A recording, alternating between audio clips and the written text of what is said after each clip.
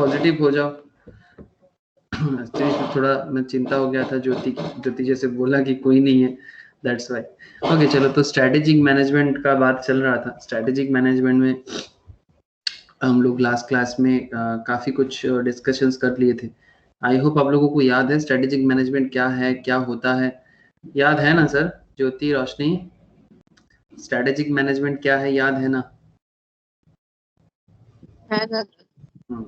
तो बेसिकली उसमें हम लोगों ने ये भी देखा था कि किस तरह से वो देवदूत पटनायक मतलब जो फ्यूचर ग्रुप में आपका बेसिकली रिलेशनशिप चेयरमैन थे, या फिर वो करेंटली वो रिलायंस में है, उसमें वो गीता को किस तरह से फोकस करके, जैसे कि ये कोई रिलीजियस बात नहीं कर रहा हूँ मैं, बस बार बार यही कहूंगा कि वो गीता में जिस तरह सा मतलब जो कॉन्सेप्ट यूज किया गया है, जैसे फाइंड आउट दुर्योधन, है ना, मतलब जो अपने काम पे डेडिकेटेड है बट अपना जो ओनर पे या अपने फैमिली पे डेडिकेटेड नहीं है, ठीक है। तो ऐसा लोग मतलब हो सकता है कि वो बहुत काम कर रहा है, मतलब दे आर वेरी मतलब फुल ड्यूटी कर रहा है, बट ड्यूटी फुल करना और ऑर्गेनाइजेशंस के प्रति डेडिकेटेड होना, इस दोनों में फर्क होना चाहिए। मतलब ऑर्गेनाइजेशंस के प्रति डेडिकेशन इज वेरी इंपॉर्टेंट। मतलब if you don't have dedication towards any person, then whatever you do it will become a fruitless, मतलब कोई काम नहीं है इसका, बिकॉज उसमें क्या होता है ना, ऑर्गेनाइजेशंस का ग्रोथ नहीं होता, ऑर्गेनाइजेशंस का ग्रोथ नहीं होता। तो एग्जैक्टली ऐसा लोग फाइंड आउट करना जो डेडिकेटेड भी हो और साथ में ड्यूटी भी फुल्ली करे। लेकिन दुर्योधना एक ऐसा कैरेक्टर है महाभारत में जो अपने काम पे बहुत ड्यूटी करता है, बट सबसे बड़ा प्रॉब्लम है कि इसका माइंड प्योर नहीं था, वो हमेशा कोई ना कोई गंडगोल करता था, मतलब they always create a problem. तो फ्यूचर ग्रुप भी इसी तरह से गीता का छोटा छोटा पॉइंट, जैसे और कुछ पॉइंट्स आई होप आपको याद होगा, जैसे इंडिया में ये पर्सपेक्टिव बहुत चलता है, लाइक अतिथि देवो भव in the sense the guest is like a God, या फिर अन्नदाता सुखी भव। आई होप आप लोगों को याद है ये सब पॉइंट, मैं आप लोगों के साथ नोट्स भी शेयर किया। अन्नदाता सुखी भव मतलब अगर हम लोगों को किसी के तरफ से खाना मिलता है, मतलब if our family run for some मतलब फॉर समवन, मतलब क्योंकि उन्होंने मुझे काम दिया, तो इसके कारण मैं उनके प्रति क्या होगा सर, एक डेडिकेशन होना चाहिए ना। तो दैट्स वाई, ऐसे तो देखो सब अपने अपने कर्म के ही अनुसार खाते हैं, मतलब सबको जो फूड्स मिलता है whatever we get in our daily life because of our work. But एक चीज भी देखना पड़ेगा सर कि अगर किसी के कारण आपका घर चलता है तो आपको उसके उनके प्रति एक रेस्पेक्ट होना चाहिए, ठीक है ना। तो एग्जैक्टली वही बोल रहे हैं कि अन्नदाता सुखी भव, तो जिसके कारण मेरा घर चलता है उसके उसके प्रति मेरा डेडिकेशन और मेरा जो सुपीरियरिटी है वो दिखाना चाहिए, तो सबऑर्डिनेशन दिखाना चाहिए। तो इसी को तभी ना एक ऑर्गेनाइजेशन में ना ग्रोथ होता है। तो ये कुछ पॉइंट्स जो बेसिकली गीता का सार भी है। और भी एक बहुत इंटरेस्टिंग पॉइंट था कि वो जिसको हम लोग बोलते हैं कर्म किए जा फल की आशा ना कर, मतलब just perform your work, don't too much expectations, don't keep too much expectations, just perform your work। तो अगर इसी तरह से हम लोग अपने लाइफ में भी करते हैं ना सर, कि हम लोग अपने वर्क पे ड्यूटी पे अगर फोकस करेंगे, और सबसे इंपॉर्टेंट क्या है कि एक्सपेक्टेशंस थोड़ा कम करना चाहिए, जितना मतलब एक्सपेक्टेशन एक्चुअल में करना ही नहीं चाहिए। मतलब सर ये बात सुनने में थोड़ा सा ताज्जुब लगता होगा कि विदाउट एक्सपेक्टेशन सर काम कैसे करेंगे। आई थिंक ऐसा मन में आ जाएगा कि without expectation is it possible कि एक्सपेक्टेशन बिना हम लोग काम कैसे करेंगे। तो सर इसके लिए ना आपको माइंड को बनाना पड़ेगा। एक चीज आप लोग देखना कि जो बंदा विदाउट एक्सपेक्टेशन ज्यादा मतलब काम करता है ना, विदाउट एक्सपेक्टेशंस मतलब अपने ड्यूटी पे अपने काम पे फोकस करता है, आप देखना वो लोग ज्यादा सक्सेसफुल बने हैं, ठीक है। तो सर ये सब चीज आपको समझ के साथ साथ और समझ में आता जाएगा कि एक्चुअल में कैसे होता है, एक ऑर्गेनाइजेशन ऐसे रातों रात बिल्डअप नहीं होता। तो चलो देखते हैं बाकी कुछ पॉइंट स्ट्रेटेजिक मैनेजमेंट का, काफी इंपॉर्टेंट कुछ एरिया है, मैं आपसे शेयर करता हूँ। ये कुछ पॉइंट्स था लास्ट क्लास का।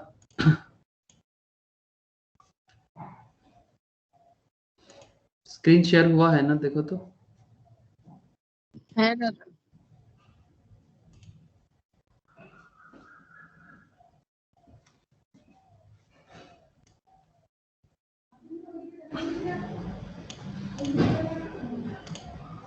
देखो हम लोग इस तरह से स्ट्रेटेजिक मैनेजमेंट को देखे थे,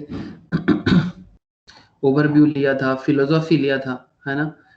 फिर हम लोगों ने पर्सपेक्टिव लिया था, आईपीएल के साथ कनेक्ट किया था स्ट्रेटेजिक मैनेजमेंट को। आईपीएल में जैसे स्ट्रेटेजिक टाइम आउट होता है उसके साथ भी कनेक्शन किए थे। फिर हम लोगों ने फ्यूचर ग्रुप, सुभिक्षा, ठीक है, वॉलमार्ट, हाँ वॉलमार्ट का फाइनेंशियल पोजीशंस भी देखा था हम लोगों ने।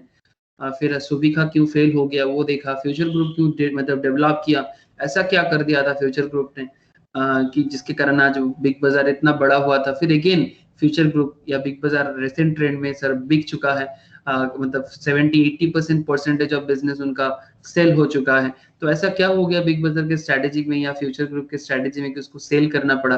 तो इस तरह से एक बिजनेस का स्ट्रेटेजी, कभी उसका स्ट्रेटेजी उसी को, आपका स्ट्रेटेजी आपको बनाता भी है और आपका स्ट्रेटेजी में गलती आपको गिराता भी है ना सर? ये बात तो मानोगे ना?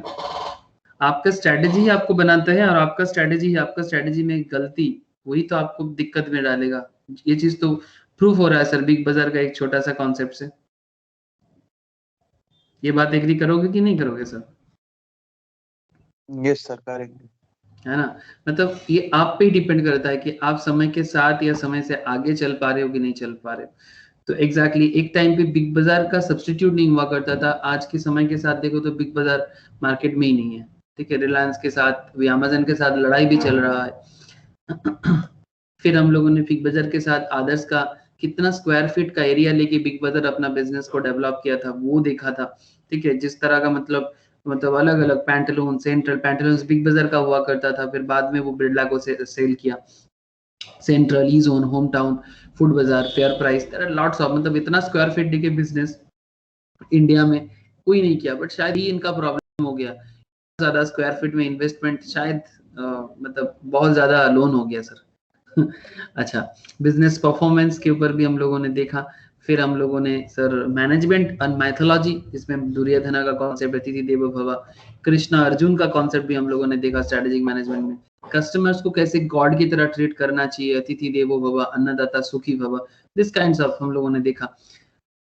तो चलो सर आज बात कर लेते हैं। फिर हम लोगों ने एयरलाइन सेक्टर्स में भी देखा कि किस तरह से US airline, south west airline और इंग्लैंड ब्रिटेन एयरलाइंस भी किस तरह से डेवलप किया। इंडिया में अगर आप देखो तो इंडिगो एयरलाइंस का हम लोगों ने देखा था। तो स्ट्रैटेजी ही बिजनेस को बनाते हैं सर। बार बार ये चीज मतलब आपको याद दिलाता है कि आपका स्ट्रैटेजी है जो सबसे बड़ा हथियार है, सीरियसली। तो इसलिए हमेशा स्ट्रैटेजी बना के चलना चाहिए, ऑलवेज। स्ट्रैटेजिक प्लानिंग के बारे में भी हम लोगों ने देखा कि किस तरह से स्ट्रैटेजिक प्लानिंग, मतलब जो स्ट्रैटेजिक प्लानिंग आप देख सकते हो जो स्वॉट एनालिसिस का भी पार्ट है, strength, weakness, opportunity and threats.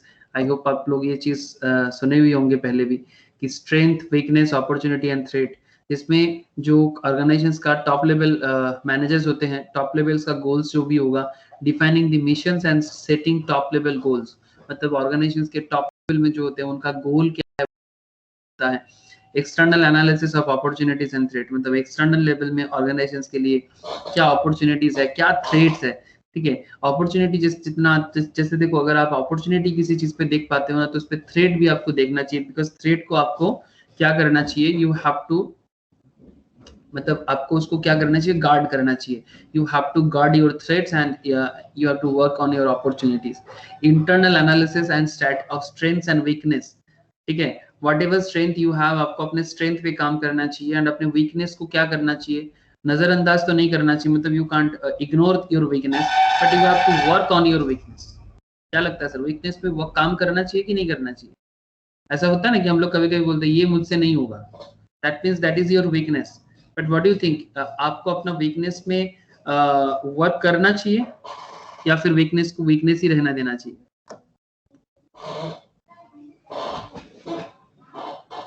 Hello sir, what do you think? करना। वीकनेस पे काम करना चाहिए, very good sir. Selection of appropriate strategies, ये सबसे इंपॉर्टेंट है सर। एप्रोप्रिएट स्ट्रेटेजी बनाना बहुत जरूरी है। जैसे मैंने आप लोगों को, मतलब काफी सारा लोगों को बोला था कि जैसे कि कोरोना सिचुएशन चल रहा है, अपने आप को हमेशा एक सेफ जोन में लेके जाना बहुत जरूरी है। इसको सेफ जोन में जाना मतलब ऐसा नहीं कि भाई हम डर गए। सेफ जोन मतलब देखो सर, कोरोना तो है 10 ग्राम का वायरस,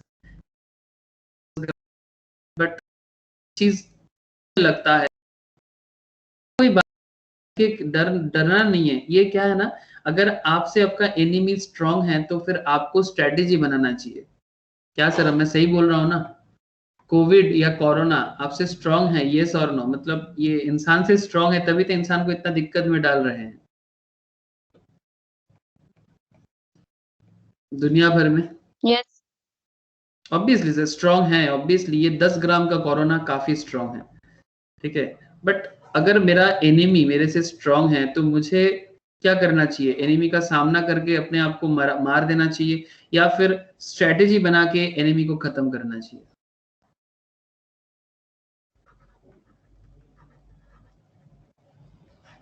स्ट्रेटेजी बना के एनिमी को खत्म करना चाहिए। Exactly sir. तो एग्जैक्टली ह्यूमन बींग को भी ना वैसा ही कुछ करना चाहिए, ताकि एक ऐसा स्ट्रेटेजी ह्यूमन बींग बनाए अपने सोसाइटल कॉन्सेप्ट में, ताकि वो एनिमी भी धीरे धीरे चले जाए और अपना भी जो भी रियल डेली लाइफ का काम है वो भी थोड़ा थोड़ा करके करते चले। और ये जो एक कोविड या कोरोना का जो एनिमी आया है सर, इसको भी धीरे धीरे ये भी मार्केट से चला जाए और जाएगा सर। कोई भी चीज परमानेंट नहीं होता, nothing is permanent in this world, ठीक है। नथिंग इज परमानेंट, मतलब कोई भी चीज दुनिया में परमानेंट नहीं है। तो फिर ये भी कोरोना भी चला जाएगा। लेकिन क्या है ना सर, ये जो एक टफ टाइम चल रहा है सबके साथ, ये टफ टाइम के साथ भी हमें लड़ना चाहिए, उसके लिए हमें भी स्ट्रैटेजी बना के ही चलना चाहिए, डर के मारे नहीं सर, ठीक है। एक चीज कल मैम से मेरा बात हो रहा था कि मैम बोल रहे कि बहुत सारे लोग ऐसा कर दिया ना कि मेरा, हम लोग का भी काफी सारा स्टूडेंट्स मतलब एक तरह का ना स्टडी बंद कर दिया, स्टडी और एजुकेशन बंद कर दिया। आप समझ रहे हो ना? लेकिन एक पॉइंट मैम मुझे कल बता रहे थे, मतलब अगर कोई एजुकेशन को बंद कर रहा है या स्टडी को बंद कर रहा है, या फिर उनको ऐसा लग रहा है कि अच्छा हुआ भाई स्कूल बंद हो गया, कॉलेजेस बंद, कॉलेज तो एग्जाम ही नहीं ले रहा है, ठीक है। मतलब स्पेशली स्कूल कॉलेज का स्टूडेंट्स जो है ना, वो लोग थोड़ा सा ज्यादा ना स्पेशली।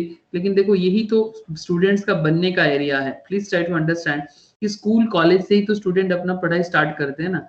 तो स्कूल कॉलेज में स्टूडेंट्स अगर पढ़ाई करना बंद कर देगा, इनको क्या लग रहा है कि सरकार तो कुछ कर नहीं रहा है, हम सब कोई चुप है, ठीक है। कभी कभी मार्केट में एक आवाज आता है, नहीं नहीं स्कूल खोलेगा, कॉलेज खोलेगा। कहीं कहीं जो लोग छोटा छोटा शहर या छोटा गांव में रहता है, वहां पर कभी कभी स्कूल कॉलेज ओपन दिख रहा है, बट बिग सिटीज में पॉसिबल नहीं है। बट लेकिन सबसे बड़ा चीज क्या हुआ है कि एजुकेशन बंद हो गया है, स्टडी बंद हो गया है। एक चीज कोई देख ही नहीं पा रहा है, क्या बोलो तो, कि अगर आप स्टडी बंद कर देते हो, अगर आप लोग अभी भाई बहन या फिर कोई भी जूनियर तो होगा, आप लोग भी प्लीज समझाना। क्योंकि अगर स्टडी या एजुकेशन ये लोग टोटल में ऑफ कर देता है, या फिर वो करता, ऑनलाइन अगर मिल रहा है तो ऑनलाइन ही करना चाहिए। क्योंकि अगर ये बंद कर देता है ना, क्योंकि आगे जाके जब इनको जॉब का जरूरत होगा, देखो सर सब कोई तो बिजनेस नहीं करता है ना, या फिर सबके अंदर एंटरप्रेन्योर वाला दम भी नहीं होता, तो मैक्सिमम जॉब सीकर्स ही है। तो अगर आपको जॉब भी करना है, और ये कोरोना काल आ चुका है, यहाँ पर कभी यहाँ पर ना भी जॉब भी ना काफी मतलब जॉब का सिनेरियो भी चेंजेस हो जाएगा। डोंट यू थिंक कि पहले जैसा नहीं होगा कि भाई मेरा भाई है, दादा है, मुझे जॉब दे देगा, क्या ऐसा वाला सिचुएशन रहेगा? अभी तो घर में बैठे ऑनलाइन जॉब होगा। हेलो सर, अभी तो अभी जॉब का सेक्टर्स क्या हो जाएगा? अभी जॉब का सेक्टर्स तो ऑनलाइन जॉब हो जाएगा। मतलब आपका इंटरव्यू भी ऑनलाइन होगा और आपका प्लेसमेंट भी ऑनलाइन होगा। आपको ऐसा नहीं लग रहा सर है? बोलो। तो हो रहा है, कैंपस प्लेसमेंट है ना, सब हाँ हाँ, ऑनलाइन कर रहा है। ऑनलाइन ही हो रहा है, एग्जैक्टली वही तो होने वाला है। तो जॉब भी ऑनलाइन होगा, प्लेसमेंट भी ऑनलाइन होगा। ये चीज तो मैं आई थिंक रोशनी को याद होगा कि रोशनी मे बी कुछ प्रॉब्लम हुआ होगा, बट सीरियसली वो फ्रीलांस वाला कॉन्सेप्ट याद है दादा। है ना? ये है। ये फ्रीलांस जॉब का जो कॉन्सेप्ट है ना, ये कॉन्सेप्ट अभी बहुत बूम करेगा। इसमें कुछ कंपनीज है, मैं उसके बारे में बात करता हूँ। ये अपवर्क में भी कुछ हो, कभी कभी कुछ प्रॉब्लम क्रिएट जरूर होता है, देखो हर फील्ड में प्रॉब्लम है।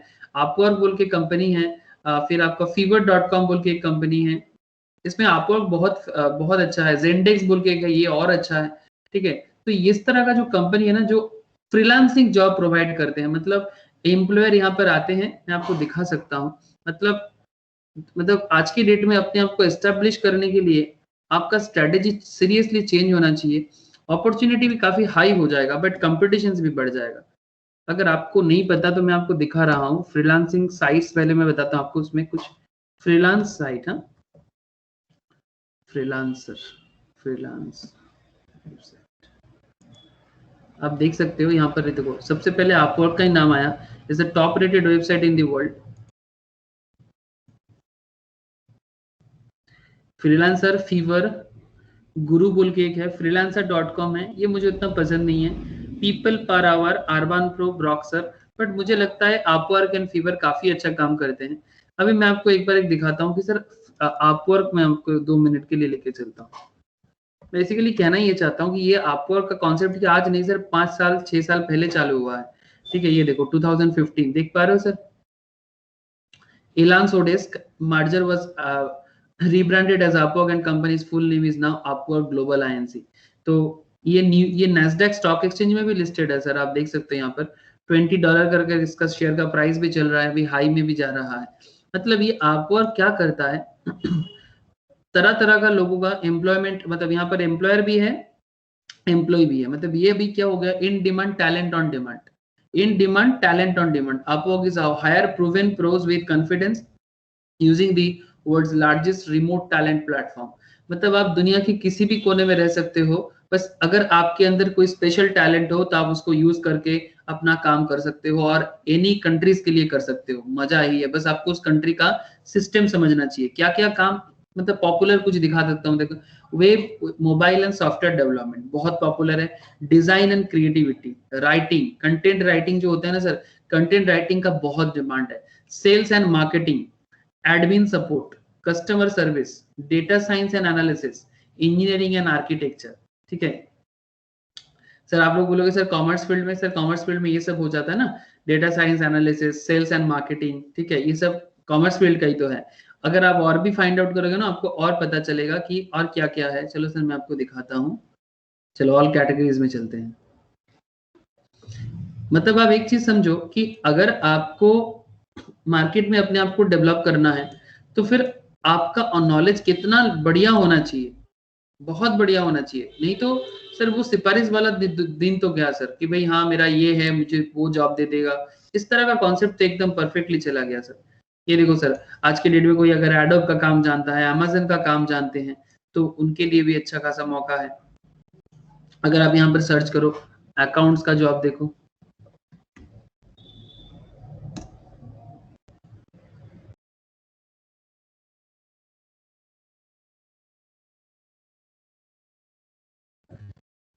ये देखो किसी ने दिखे रखा है, लेलिया टी अकाउंटेंट है, $30 पर आवर का ये काम करते हैं। Proficient accounting professional offering 9+ years of accounting experience, well versed in updating and standardizing controls, refocusing teams and streamlining producers to increase efficiency and reduce errors। ठीक है, तो आप लोग भी अकाउंट जानते हो सर। ये देखो $65 पर आवर लेते हैं सर, $20,000 प्लस अर्न किए हैं, 100% जॉब सक्सेस है इनका, यूनाइटेड स्टेट्स में है। ऐसा इंडिया में भी चल रहा है सर। ये देखो इंडिया में, देखो बोलते बोलते आ गया $12, इंडिया का सस्ता चलेगा सर। परस एस top rated plus QuickBooks advance provider Xero e commerce accountant. ठीक है, इस तरह से ये भी अपने आप को सॉफ्टवेयर के थ्रू से बिल्डअप किया है। तो सीपीए है सर, आप देख सकते हो यहाँ पर, ये सीपीए है, ये फिलीपींस का है। तो कुछ समझ में आ रहा है सर कि मार्केट चेंज हो रहा है। ऐसे नहीं कि इस मार्केट में आप अभी आओगे तो अभी सक्सेस हो जाएगा, इट्स टेक टाइम। अगर आप लोग अभी से अपने आप को थोड़ा थोड़ा करके अपने स्किल को बढ़ाओगे और अपने स्किल के अनुसार अपना अपना काम करोगे ना, तो 2-3 साल में ना आप भी ना टाइम टू टाइम बन जाओगे। मैं तो इतना कहूंगा कि अभी से बनना चालू कर दो। और ये वाला चीज आप लोग कर लो, लिंक्डइन में अपना प्रोफाइल बना लो। ये मैं पहले भी बोला हूँ बहुत लोगों को, नहीं बनाया तो प्लीज इसमें बना लो। लिंक्डइन दुनिया में 80% जॉब क्रिएट करता है सर, नाम तो सुने होंगे सर इसका, है ना, है ना। लिंक्डइन में अपना प्रोफाइल बना लो। देखो मैंने, मेरा भी प्रोफाइल आप देख पा रहे हो यहाँ पर। ठीक है, मुझे जॉब नहीं चाहिए, मैं बस अपना प्रोफेशनल्स के कारण दे के रखा हूँ। मुझे भी बहुत सारा लोगों से यहाँ पर, ये लाइक अ फेसबुक, बट ये प्रोफेशनल्स के फेसबुक है। ये देखो यहाँ पर बहुत सारा लोग, अश्विन नायर ने मुझे मैसेज किया, हे प्रलय आई एम वर्किंग, ये अपना प्रोफेशनल मैसेज मुझे दिया है। देखो, I am working on a platform for authentic Indian images as a founder trying to market to Indian users. ठीक है, सब कोई अपने अपने बिजनेस के लिए कुछ ना कुछ सोच रहा है। यहाँ पर देखो अभिषेक, ये भी कुछ ना कुछ बोला है, किसी ने मुझे हैप्पी बर्थडे किया है, काइंड ऑफ दैट। तो बेसिकली ये क्या है, ये देखो ये मेरा एक सर है संजय सरब सर, फाइनेंस मैंने इन्हीं से सीखा, तो सरब सर भी यहाँ पर है। तो एग्जैक्टली तो इस तरह से ये लिंक्डइन के थ्रू से आप अपना प्रोफेशनल वर्ल्ड को बनाओ, स्ट्रेटेजी बनाओ अभी से। अगर आपको समय के साथ चलना है और समय से आगे चलना है तो प्लीज बिल्ड योरसेल्फ। एग्जाम तो आप कभी ना कभी अच्छे कर ही लोगे सर, एग्जाम पास हो भी जाओगे, सीरियसली एग्जाम पास करना छोटा बात है सर, लेकिन अपने आप को बिल्डअप करना ना बहुत बड़ा बात है। अगर आप उस तरह का सोचोगे तो एग्जाम तो एक बहुत ही बच्चा चीज है सर, बहुत ही बच्चा चीज है। बस प्लीज अपने आप को बिल्ड करो, बिकॉज कोविड एरा है और ये एरा खत्म नहीं होने वाला। उल्टा मैं इतना बोलूंगा, इवन विप्रो ने क्या बोला जानते हो, विप्रो इन्फोसिस ने, भाई 2020 में तो ऑफिस आना ही मत, अगर आना है तो 21 से देखा जाएगा।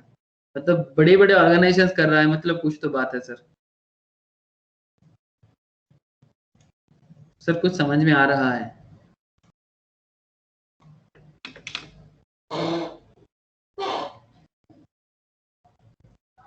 ज्योति, हाँ सर, विप्रो का न्यूज मैंने पढ़ा था, जनवरी 2021 बाद वो लोग सोचेगा कि एम्प्लॉय ऑफिस आएगा कि नहीं आएगा। तो एग्जैक्टली मतलब आप समझ रहे हो ना कि ऑर्गेनाइजेशंस पे भी एम्प्लॉय आएगा कि नहीं आएगा, इसको भी लेके चिंता हो रहा है। मुझे मेरे घर के बगल में एक भैया रहते हैं, वो माइक्रोसॉफ्ट में है, और एक भैया है वो आपका स्टैंडर्ड चार्टर्ड में है। तो दोनों बैंगलोर में काम करते हैं, तो दोनों अभी अपने नेटिव से ही हैंडल कर रहे हैं सर, क्योंकि बैंगलोर में बुला नहीं रहे ऑफिस, माइक्रोसॉफ्ट भी नहीं बुला रहा है और स्टैंडर्ड चार्टर्ड भी नहीं बुला रहा है। मतलब मैं बार बार पूछता हूँ जब भी मिलता हूँ, क्योंकि मेरा तो अपना काम है, वो बोलते हैं कि तेरा क्या है, मेरा कोई ऑफिस तो है नहीं, मेरा अपना ही ऑफिस है स्टूडेंट्स के लिए काम है, और उन लोगों का ऑफिस का मैटर है, तो वो मुझे पूछता, मैं उनको पूछता हूँ कि क्या बोल रहे हो, बोले नहीं अभी तो कुछ बोल नहीं रहा है, 21 में देखा जाएगा, और कल खबर भी आया। तो बात एक विप्रो का नहीं है, देखो विप्रो, स्टैंडर्ड चार्टर्ड, माइक्रोसॉफ्ट, सभी कोई एक तरह का सेफ्टी मैटर लेके करंट स्ट्रेटेजी ले रहा है, ठीक है। तो बेसिकली आप भी समय के साथ अपने आप को बनाओ सर, जो जरूरी है वो करो। अच्छा, selection of appropriate strategy, basically इतना सारा चीज समझाने के लिए मैं आपको ये सब बता रहा था। अच्छा, इम्प्लीमेंटेशन ऑफ चूजन स्ट्रेटेजीज, जो भी स्ट्रेटेजी चूज करोगे उसके हिसाब से चल इम्प्लीमेंट करना। जो पॉइंट्स अभी एकदम फ्रेशली है सर, एकदम हार्डकोर टॉपिक है, एक बार ध्यान देना। Elements of strategic thinking, elements of strategic thinking क्या होता है? Fairly broad choice on allocation of resources. देखो यहाँ पर बहुत सारा पॉइंट है, जैसे आप यहाँ पर देख सकते हो, external opportunities and threats. External मतलब बाहर वाला, मतलब किसी भी ऑर्गेनाइजेशन के लिए अगर आप अपने आप को ही एक ऑर्गेनाइजेशन समझो ना, तो आपको समझने में थोड़ा सुविधा होगा। Because suppose you are a organisation, you yourself is an organisation. क्या ये बात मैं गलत बोलूंगा कि हम लोग अपने आप में ही एक ऑर्गेनाइजेशन है? ये बात क्या बोलना बहुत गलत होगा? हाँ शिवम।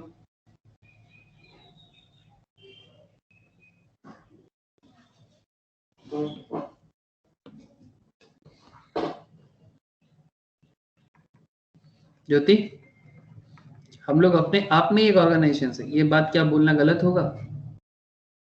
नहीं सर। है ना?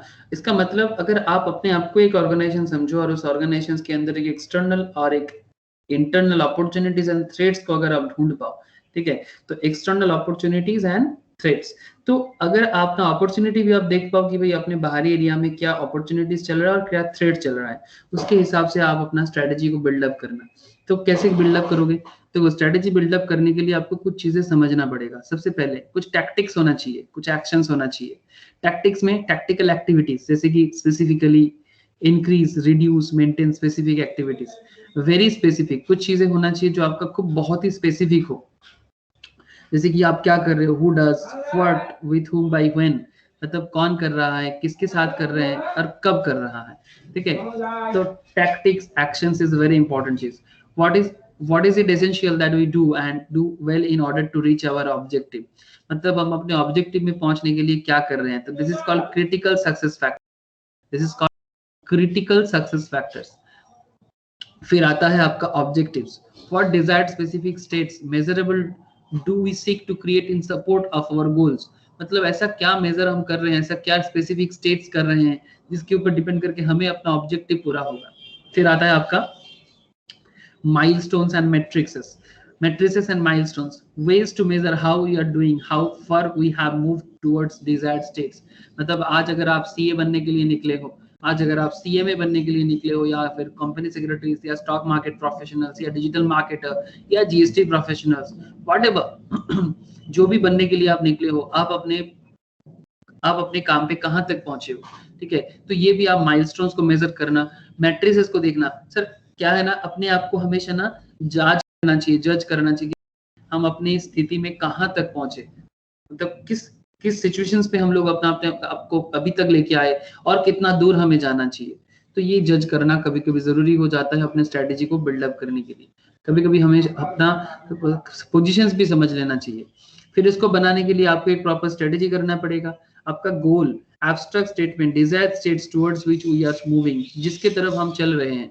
फिर आप यहाँ देखो, abstract statement of desired state of organisational capabilities, ठीक है। आपकी कैपेबिलिटीज भी तो इंपॉर्टेंट है, इसमें आप देखो internal capabilities and capacity, work system, work process design, आपका वर्क काम करने का सिस्टम कैसा है, आपका काम करने का डिजाइन कैसा है, स्किल्स कैसा है, capital and success of fund, काम करने के लिए कैपिटल कितना है आपके पास, या एक्सेस किस तरह से आप कैपिटल को कर पाते हो, रेपुटेशन कैसे बिल्डअप कर रहे हो, टेक्नोलॉजी एंड इंफॉर्मेशन सिस्टम को कैसे बिल्डअप कर रहे हो, रिलेशनशिप एंड नेटवर्किंग को कैसे बिल्डअप कर रहे हो, कोर एंड एक्सपर्टाइजेशंस को कैसे बिल्डअप कर रहे हो, स्किल, नॉलेज एंड इंफॉर्मेशन कैसे गैदर कर रहे हो, enough people with right skills. अपने ऑर्गेनाइजेशन के अंदर आप बहुत ऐसा लोगों को रखो जिसका पास सही स्किल हो, जो मैं बार बार बात कर रहा हूँ कि ये न्यू कोविड एरा में वही बचेगा sir.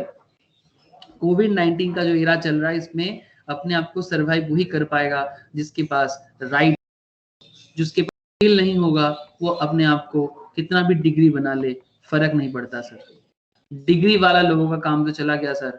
Degree with knowledge and only knowledge से भी काम चल जाएगा। और डिग्री विद नॉलेज हो, जैसे कि आप लोग जैसे लोग, जो लोग बन रहे हो अपने आप को, तो इनके लिए डिग्री प्लस नॉलेज रहेगा तो ही काम है, ठीक है। लेकिन मैं इतना बोलूंगा कि बिना डिग्री का भी काम चल सकता है, अगर आपके पास नॉलेज हो तो वो लोग भी अपने आप को बिल्डअप कर सकता है इन दिस कोविड एरा। फिर आता है sir vision, purpose, mission, core values and vivid description. Visions पे देखो, enduring reasons for organization's existence, what organization seeks to contribute to world। Organisations का विजन क्या है, वो दुनिया को क्या देना चाहता है। आप भी दुनिया के लिए कुछ तो करना चाहते हो, फैमिलीज के लिए, अपने एरियाज के लिए, अपने स्टेट के लिए, अपने कंट्रीज के लिए। You have to do something, you want to do something. Missions, clear, definable and motivational point of focus. 3 to 5 years period का एक मिशंस होता है। मिशंस एक लंबा नहीं होता सर, डिपेंड करता है। जैसे एज ए स्टूडेंट आप शायद आप 3-5 साल का एक मिशंस लेके चल रहे हो, इसी तरह का मिशंस होता है। Descriptions, vibrant, engaging, specific description of what it will be like when have achieved missions. Description मतलब जब आपको मिशन सक्सेस हो जाएगा तो ये कैसा दिखेगा, that's a very important thing, है ना।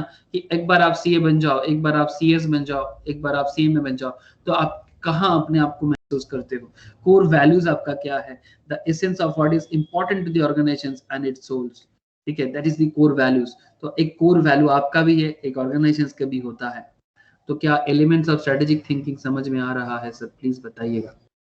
रोशनी, ज्योति, प्लीज टेल मी। आप लोगों को सुनाई दे रहा है दादा? हाँ सर। ओके, शिवम है या नहीं है? शिवम लगता है चला गया।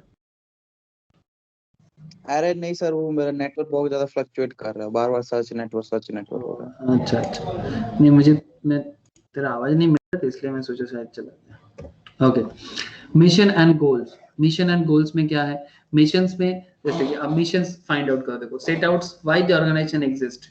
आप अपने आप को क्यों एग्जिस्ट करना चाहते हो, अपने ऑर्गेनाइजेशन को क्यों एग्जिस्ट करना चाहते हो, क्या किस लिए हो, है ना, दुनिया में क्यों। फिर बोल देंगे खाने के लिए और सोने के लिए, तो खाने और सोने के लिए ही रहो, ठीक है, जिसका जैसा मिशन होगा, ठीक है। आप लोगों को मैं एक फेमस एक कहानी बता सकता हूँ 2 सेकंड के लिए, बिकॉज सीरियसली इस पॉइंट को काफी कनेक्ट करता है। 2 फेमस इंसान के बारे में बात करूंगा।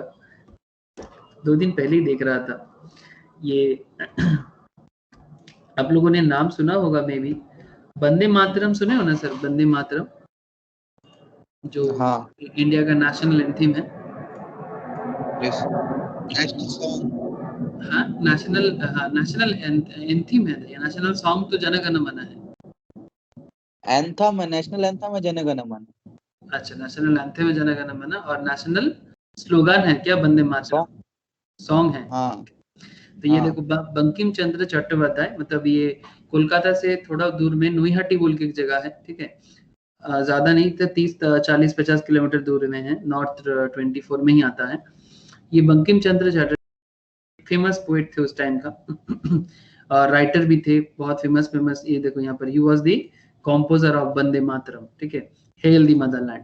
तो ये जो वंदे मातरम, सुजलां सुफलां मलयजशीतलां शस्य श्यामला मातरम, तो ये बंकिम चंद्र चटर्जी और 1838 के आसपास में बॉर्न हुआ था। और एक फेमस इंसान को बताता हूँ, आपने नाम सुना होगा बेलूर मठ, स्वामी विवेकानंद को तो जानते हो ना sir? Yes sir. Swami Vivekananda का जो गुरु थे उनका नाम थे रामकृष्ण, ठीक है। ये भी 1836 जो आज की डेट में कोलकाता में जो दक्षिणेश्वर टेम्पल है सर, या बेलूर मठ, जो स्वामी विवेकानंद था, जो भी है, मतलब इंटरनेशनल यूथ के नेचर से जो माना जाता है और बहुत ही ज्यादा मान्यता है उनका। तो रामकृष्ण मतलब जो विवेकानंद का गुरु जी थे, तो इनका भी जन्म देखो, आप देख सकते हो 1836 के आसपास। तो एक बार ये एक सेंट थे सर, साधु थे, और सच में बहुत दूर का देख, मतलब इनके बारे में आप जितना भी पढ़ो ना कम ही पड़ जाएगा, ठीक है। तो इनके साथ मीट करने बंकिम चंद्र चटर्जी पहुंचा। तो बंकिम चंद्र चटर्जी एक सिंपल कहता है कि रामकृष्ण बंकिम को पूछता है कि what do you think about human being, मतलब रामकृष्ण बंकिम चटर्जी को पूछ रहे हैं कि what do you think about human being. तो बंकिम चटर्जी कह रहे हैं कि जो वंदे मातरम रचा है, वो कह रहा है कि human being is live for the food and only for the consumptions of various happiness, मतलब जो भोग के लिए जीते हैं, मतलब the purpose of human being is only to consume and consume, ठीक है। तो फिर रामकृष्ण उनको बहुत अच्छे से कहता है, मतलब उनका थोड़ा बंगाली, थोड़ा देहाती बंगाल, नेटिव बंगालीज में बात करते थे। तो ऐसे बोल रहा है कि ओइगा ओइगा ओइगा, मतलब सुन रहे हो कि, मतलब तुम जैसे सोचते हो ना, तुम जैसे खाते हो, तुम्हारा सोच वैसा ही बनेगा। मतलब ये बंकिम चटर्जी ने उनको जवाब दिया ना कि इंसान जन्म लेते हैं जस्ट बिकॉज ऑफ भोग करने के लिए, कंजम्पशन करने के लिए। तो उसके बदले में रामकृष्ण उसको कह रहा है कि भाई आप ऐसा ही, आपका सोच ऐसा है इसलिए आप ऐसा बोल रहे हो, मतलब आप इतना बड़ा पोएट हो बट आपका सोच वैसा ही है, ओनली फॉर कंजम्पशन आप ही आप जीते हो, ठीक है। तो बंकिम इसीलिए रामकृष्ण के पास आया था, बिकॉज सबको पता था कि रामकृष्ण के पास जाने से लाइफ का बहुत सच्चाई की पता चलता है, रियलिटीज के बारे में पता चलता है, और आप सही हो या गलत उसका भी पता चलता है। तो दैट इज द रीजन कि वो बंकिम चटर्जी रामकृष्ण के साथ मिलने के लिए आया था दक्षिणेश्वर टेम्पल पे। तो फिर रामकृष्ण एक बहुत अच्छे से बोल रहा है कि भाई देखो, कि भाई जो जैसा खाएगा उसका सोच भी वैसा होगा। जैसे बोल रहा है कि आप लोग डाब देखे हो सर, कोकोनट देखे हो ना सर, कोकोनट देखे, कोकोनट में यस पानी सर। रहता है ना sir.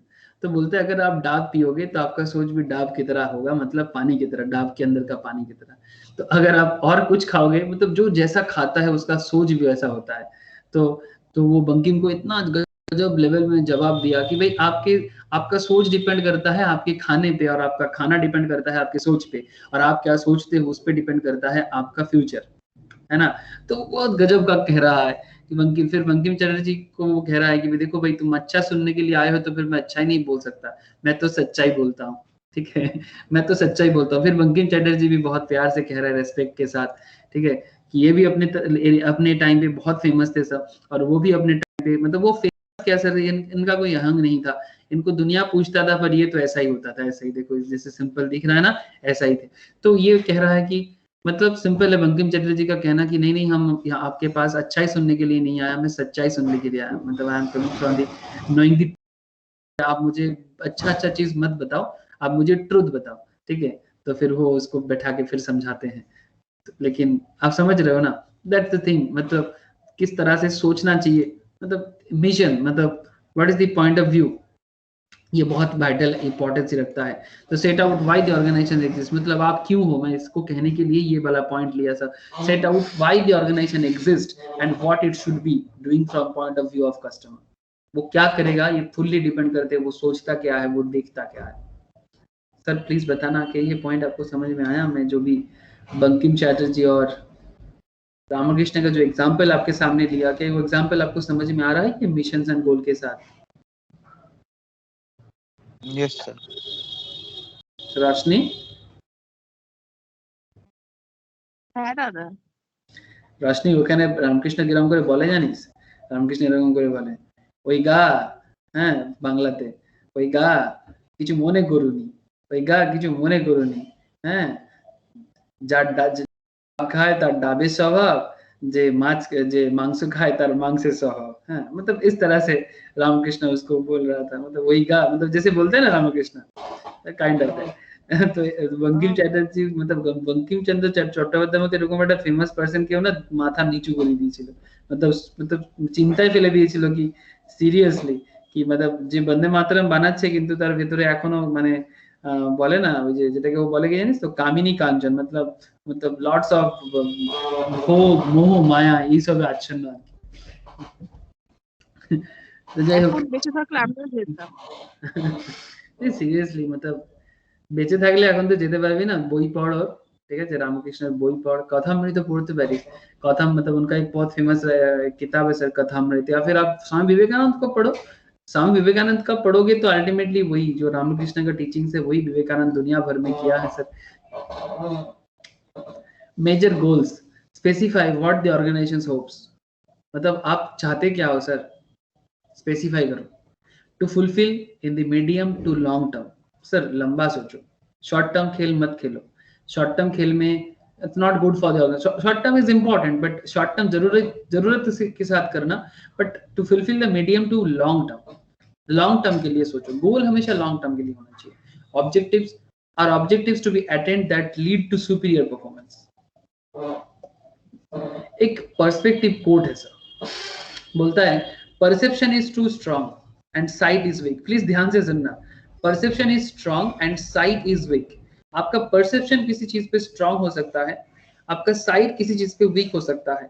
Strategy, in strategy it is important to see distant thing, in strategy it is important to see distant thing, distant मतलब दूर का चीज, to see distant thing as if they were close, ऐसा मतलब दूर का चीज को ऐसे देखो कि जैसे वो बहुत पास है, and to take a distant view of things, और जो आपके पास है उसको आप बहुत दूर लेके जाओ, मतलब बहुत दूर लेके जाओ मतलब आपके पास जो चीजें है ना उसको इतना दूर में मतलब इतना मतलब फैलाओ उसको, ठीक है, कि जो बहुत नाम करे, और जो बहुत दूर में है जिसको आप पास में सोचो। That is the concept.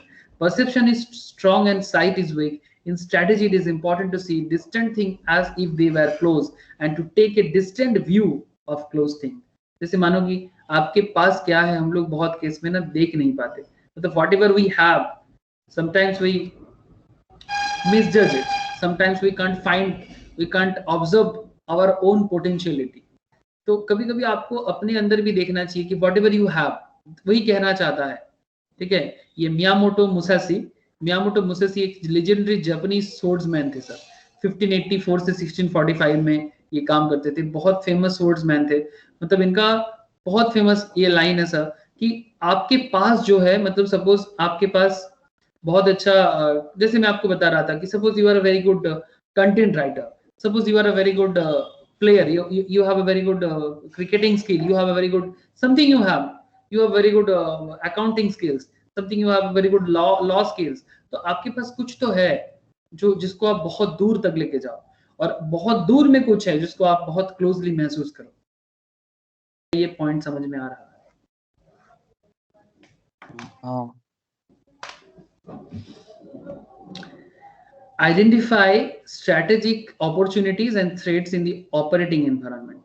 ध्यान से देखना, internal analysis इसमें क्या है, identify strengths, quality and quantify quality and quantity of resource available, distinctive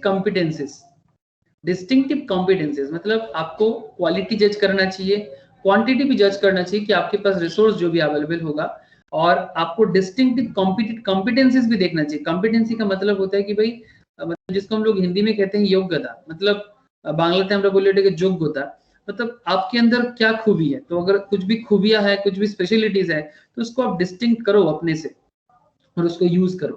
that is the identify strengths. Whatever strong zone you have, whatever strong concept you have, please use it from your body, मतलब उसको अलग करो, distinct करो उसको, और फिर उसको use करो। एंड आपका वीकनेस को भी फाइंड करो सर। इनएडिक्वेट रिसोर्सेस मतलब जो भी रिसोर्सेज आपके पास नहीं है, ठीक है, चाहे वो ह्यूमन रिसोर्स हो सकता है, चाहे वो रॉ मटेरियल हो सकता है, जो भी आपका बिजनेस होगा, जो भी आपका ऑर्गेनाइजेशन होगा, मे बी आपके पास रॉ मटेरियल की कमी है, मे बी आपके पास ह्यूमन रिसोर्स की कमी है, मे बी आपके पास स्किल की कमी है। अगर आपके पास कोई स्किल नहीं है तो उसको क्या करना पड़ेगा sir? If you have something inadequate resources, तो what should you do? I think आपको वो रिसोर्स को जुगाड़ करना पड़ेगा, या फिर आपको उस रिसोर्स को कम यूज करके कुछ और करना पड़ेगा। क्या बात समझ में आ रहा है? Yes sir. Managerial and organisational deficiencies, मतलब ये आपका क्या है सर? ये सब आपका वीकनेसेस है और ये सब आपका स्ट्रेंथ्स है। तो जो स्ट्रेंथ है उसको यूज करो, जो वीकनेस है उसको कंट्रोल करो, उसको बढ़ाने का कोशिश करो और स्ट्रेंथ में बढ़ाने का कोशिश करो। अब इसमें आपके पास आ गया बिजनेस लेवल स्ट्रेटेजीज। इसमें आपको देखो कॉस्ट लीडरशिप मेंटेन करना पड़ता है, डिफरेंशिएशन मेंटेन करना पड़ता है, मार्केट नीचे मेंटेन करना पड़ता है। सर क्या होता है ये सर? चलो देखते हैं। सबसे पहले cost, attaining then using the lowest total cost basis as a competitive advantage.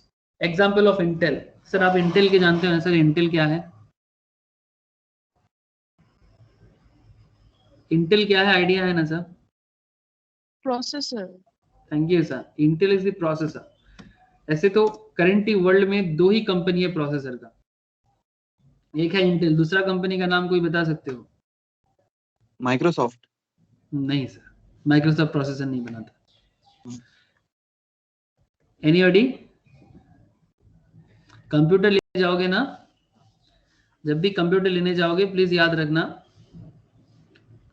एक है इंटेल और दूसरे का नाम है AMD। क्या नाम बताया मैंने? AMD, ठीक है। ये करेंटली दुनिया में दो माइक्रो कंप्यूटर का प्रोसेसर बनाने वाला कंपनी है। उसमें ऑब्वियसली पहले तो इंटेल ही आया, देख सकते हो आप यहाँ पर। Intel corporation is an American multinational corporation, Santa Clara California में, सिलिकॉन वैली में। It is the world's largest and highest valued semiconductor chip manufacturer on the basis of revenue, and is developer of 86 series of microprocessor, the processor found in most personal computers. ये personal computers में आते हैं sir. 46th in the 2018 Fortune 500 list of largest United States corporate by total revenue. Intel is incorporated in Delaware. ये incorporated Delaware बोल के एक company है, उसने इसको बनाया था, ठीक है। एनएम इलेक्ट्रॉनिक्स था पहले पहले इसका नाम था एनएम इलेक्ट्रॉनिक्स 1968 में, बाद में ये इंटेल बनाया। रेवेन्यू भी आप देख सकते हो, देखो सर सब ग्रीन है, मतलब ये मोबाइल के अच्छा ये MCFE एक एंटीवायरस है, ये भी इंटेल का ही है, सब्सिडियरी है उसमें 49। तो बेसिकली मैं कहना यही चाह रहा हूँ कि इंटेल लैपटॉप के अंदर होता है सर, इंटेल का प्रोसेसर लैपटॉप के अंदर होता है और काफी कॉस्ट को मेंटेन करके ये काम करते हैं। और इनका मेन काम ही होता है कि कॉस्ट को किस तरह से कट करके मतलब कंप्यूटर को अच्छे से डेवलप किया जाए। अभी सबसे लेटेस्ट में i9 चल रहा है सर प्रोसेसर में इंटेल का, i3 i5 नाम तो सुने होंगे ना सर? है दादा। है ना? तो ये जो i3 पहले चलता था सर, कोर टू डुओ, ठीक है, ये कोर होता है सर कंप्यूटर के अंदर, कोर। i3 मतलब 3 कोर है, i5 मतलब 5 कोर है, i7 मतलब 7 कोर है, ठीक है। जितना कोर होगा उतना प्रोसेसर ज्यादा अच्छा होगा, ठीक है। इंडियन मार्केट में भी i7 लेटेस्ट चल रहा है, i9 भी आ गया है सर, i9, ठीक है। i9 बहुत दामी है सर, i9 मतलब 1.5 लाख 2 लाख के नीचे नहीं मिलता। i7 वगैरह सर 70 80,000 90,000 में मिलता है। i5 वगैरह 40-50 में आता है, i3 वगैरह 20-30 के अंदर आता है। तो ये होता है इंटेल, ठीक है। और एक होता है जैसे मैंने आपको बताया AMD भी वैसा ही एक कंपनी है जो इंटेल से भी सस्ता दे रहा है आजकल, बट नया है सर, अभी इसको मार्केट में टाइम लगेगा, बट मुझे इसका अभी तक कुछ परफॉर्मेंस अच्छा लगा। मैं भी अपने कुछ कंप्यूटर्स में लिया हूँ, ठीक है। AMD का एक होता है राइजन बोल के, AMD राइजन, बहुत ये भी अच्छा सॉफ्टवेयर दे रहा है। तो बेसिकली आई होप आप समझ पा रहे हो कि कॉस्ट लीडरशिप में इंटेल कैसा दुनिया में दिया। और हर एक कंप्यूटर में जो भी इंटेल यूज करते हैं ना, देखना टीवी में ऐड भी आता है, इंटेल इनसाइड ऐसे इंटेल कोई दिखता नहीं है ना बाहर से, इसलिए बोलते हैं इंटेल इनसाइड। ऐड देखे हो क्या? है दादा। डिफरेंशिएशन यूजिंग प्रोडक्ट फीचर्स, मतलब ऐसा नहीं कि हमेशा आपका प्रोडक्ट दिखे, के भी आपका प्रोडक्ट बहुत जोर का कुछ कर सकता है। यूजिंग प्रोडक्ट फीचर्स और service to distinguish the firm's offering from its competitors, अपने आप को सभी से अलग कर दो। जैसे कि एप्पल, मानोगे ना sir? Yes sir. IPhone and Mac दोनों, ये अपने आप को डिफरेंट कर दिया। इनका बिजनेस लेवल स्ट्रेटेजी सच में अनोखा है, ये अपने आप को अलग ही लेवल का दिखता है। मतलब चाहे इनका प्रोडक्ट का दाम लोगों को ज्यादा लगे कम लगे, बट ये सच में अपने आप को अलग ही रखा। ये अपने आप, ये चाहते तो अपना प्रोडक्ट प्राइस को कम भी कर सकता है, बट ये कम नहीं करता है। This is all about Apple.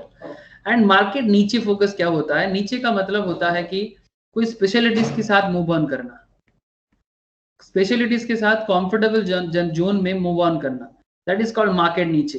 Speciality है, मार्केट स्ट्रक्चर है, और मूव ऑन करना है कंफर्टेबिलिटी के साथ। तो concentrating competitively on a specific market, जैसे कि नाला अप्पा कढ़ाई ये एक साउथ का एक बहुत फेमस रेस्टोरेंट चेन है सर, नाला अप्पा कढ़ाई। या फिर आप ऐसे नॉर्थ में देख सकते हो, हल्दीराम है। फिर आपका, आप कुछ भी, मतलब जो बेसिकली मार्केट के ऊपर फोकस करके चलता है। आई थिंक आप समझ पा रहे हो ना? ये साउथ इंडिया में चलता है, नाला अप्पा कढ़ाई रेस्टोरेंट चेन है, एक लोकल रेस्टोरेंट चेन है, not a very big famous company, but जैसे कि हल्दीराम वगैरह चलता है ना सर हमारे यहाँ पर, तो कुछ उसी टाइप का है। समझ में आ रहा है सर? मार्केट नीचे फोकस मतलब सर बिजनेस लेवल स्ट्रेटेजी देख पा रहे हो sir? Cost leadership, differentiation, market नीचे, सभी बिजनेस का अलग अलग एरिया है, हर तरह से बिजनेस किया जा सकता है। क्या बिजनेस लेवल स्ट्रेटेजी समझ में आ रहा है? Yes sir. Functional level strategies, focus is on improving the effectiveness of operations with in A company. आपको अपने ऑर्गेनाइजेशन के अंदर इफेक्टिवनेस को बढ़ा देना चाहिए, जैसे कि मैन्युफैक्चरिंग पे, मार्केटिंग पे, मटेरियल मैनेजमेंट पे, रिसर्च एंड डेवलपमेंट पे, एंड ह्यूमन रिसोर्स पे।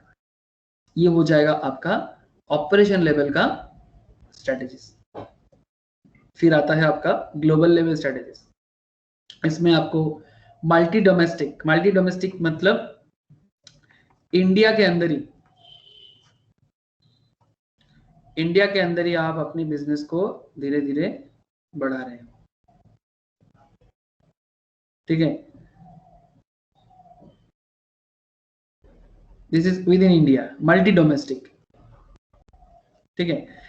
इंटरनेशनल मतलब जब आप इंटरनेशनल लेवल पे अपने आप को ग्रोथ कर रहे हो, फिर आप धीरे धीरे अपने आप को ग्लोबल बना रहे हो, मतलब दुनिया भर में आप रहते हो। और ये है ट्रांसनेशनल्स, एक कंट्री से दूसरा कंट्री तक भी आपका सर्विस जा रहा है। तो ग्लोबल लेवल स्ट्रेटेजीज में मल्टी डोमेस्टिक हो सकता है, इंटरनेशनल हो सकता है। इंटरनेशनल मतलब जब भी आप एक से ज्यादा कंट्रीज में अपने आप को एस्टेब्लिश करते हो। ग्लोबल मतलब दुनिया में मैक्सिमम जगह में आप होगा। ट्रांसनेशनल्स मतलब एक कंट्री से दूसरा कंट्री। ट्रांसनेशनल जैसे कि अमेज़न है ना, हर एक कंट्री में आपको मिल जाएगा।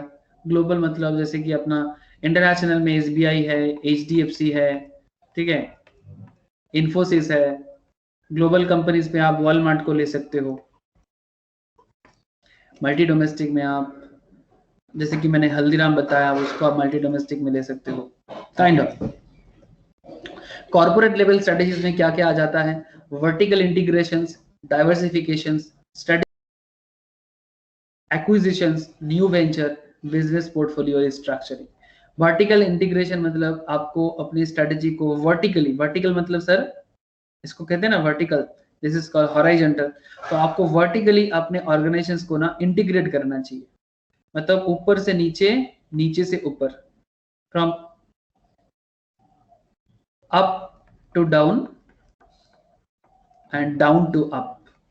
मतलब अपना ऑर्गेनाइजेशन के अंदर जो अपर लेवल में है उसको अपर लेवल से डाउन लेवल में, डाउन लेवल में जो है नीचे है जो उनके अपर लोगों के साथ, मतलब सुपीरियरिटी एंड सबोर्डिनेटिज्म, सुपीरियरिज्म एंड सबोर्डिनिज्म, सबोर्डिनेस को कनेक्ट करना है।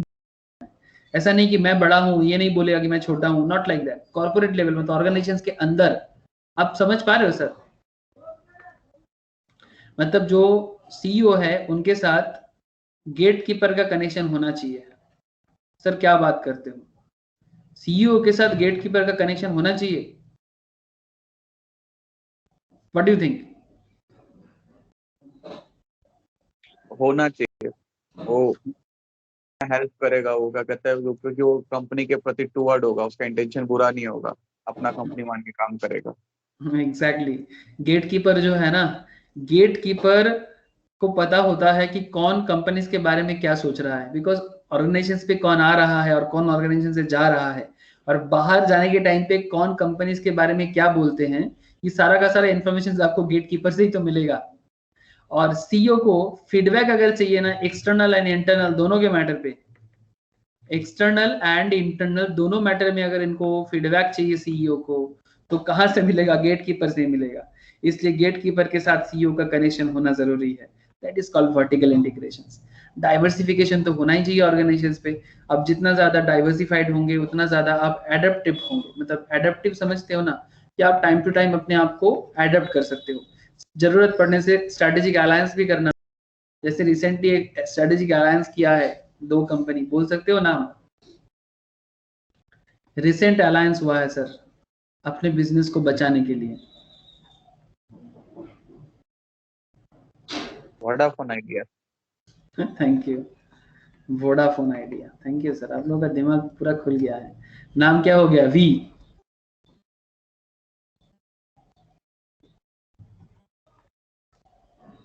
वोडाफोन आइडिया नाम चेंज होके वी हुआ ना? है दादा। नहीं, नाम जो चेंज हुआ वो नहीं पता। नाम चेंज हुआ वी, अभी ऐड भी आ रहा है वी बोल के। कंप्लीटली मार्ज हो चुका है Vodafone Idea, now known as Vi. एक ही नेटवर्क में आ गया। पहले इन लोग का अलायंस तो हुआ था, बस दोनों अलग अलग से काम कर रहा था। अभी दोनों एकदम एक हो गया, मतलब दोनों का मतलब कंपनी भी एक हो गया एकदम टोटल में। जरूरत पड़ने से एक्विजिशंस भी करना पड़ेगा। रिसेंट ट्रेंड में कोई एक्विजिशंस? बिग बाजार, रिलायंस। बिग बाजार और रिलायंस। Thank you sir. ये सब क्या चल रहा है? बिग बाजार अपना 30,000 करोड़ का 30,000 करोड़ का लोन को मैनेज किया। रिलायंस बिग बाजार का जो बिजनेस का जो एकदम स्प्रेड था, बिग बाजार का जो स्प्रेड था उसको यूज करना चाहता है ना? न्यू वेंचर्स, न्यू वेंचर्स में कोई एग्जांपल्स आ सकता है क्या? जैसे कि रिलायंस का ही आप बोल सकते हो,